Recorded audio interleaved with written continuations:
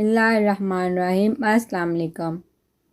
کیا آپ جانتے ہیں اگر ان غذاؤں کو ملا کر کھایا جائے تو اس سے ہمارے جسم کو کیا نقصان پہنچ سکتا ہے؟ غذا ہمارے جسم کو توانائی بخشتی ہے اور اس کے مختلف فوائد ہمیں جسمانی طور پر مضبوط اور متحرک بناتے ہیں۔ دنیا میں خوراک پر مختلف تجربے کیے جاتے ہیں۔ مختلف انواع اجزاء کو ملا کر نئی نئی ڈشز وجود میں لائی جاتی ہیں، لیکن کیا آپ کے علم میں یہ بات ہے کہ کچھ چیزیں ایسی بھی ہوتی ہیں جن کو ملا کر کھانا آپ کے لیے خطرناک ثابت ہو سکتا ہے؟ اسی لیے ان کو کھاتے ہوئے احتیاط کی ضرورت ہوتی ہے۔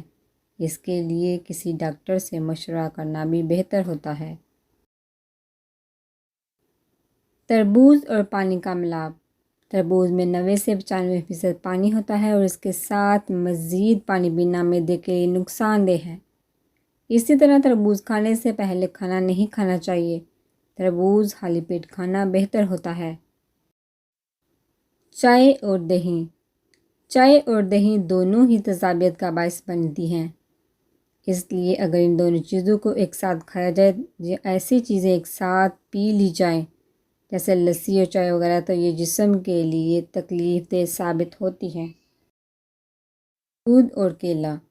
آپ یہ جان کر حیران ضرور ہوں گے کیونکہ دنیا بھر میں بنانا شیک خاصا مقبول ہے اور لوگ اسے بڑے شوق سے پینا پسند کرتے ہیں، لیکن طبی تحقیق سے یہ بات ثابت ہوئی ہے یہ دونوں چیزیں مل کر معدے کے لیے خاصی بھاری پن پڑ جاتی ہے، جس سے پیٹ اور معدے میں درد یا تکلیف ہو سکتی ہے۔ دہی اور پھل۔ اکثر لوگ دہی کے ساتھ مختلف پھل استعمال کرتے ہیں یا پھر ناشتے میں دہی میں پھل ڈال کر کھاتے ہیں، لیکن اگر یہ پھل کھٹے ہوں تو یہ آپ کے جسم میں تیزابیت پیدا کرتے ہیں اور ایسیڈیٹی بھی پیدا کرتے ہیں۔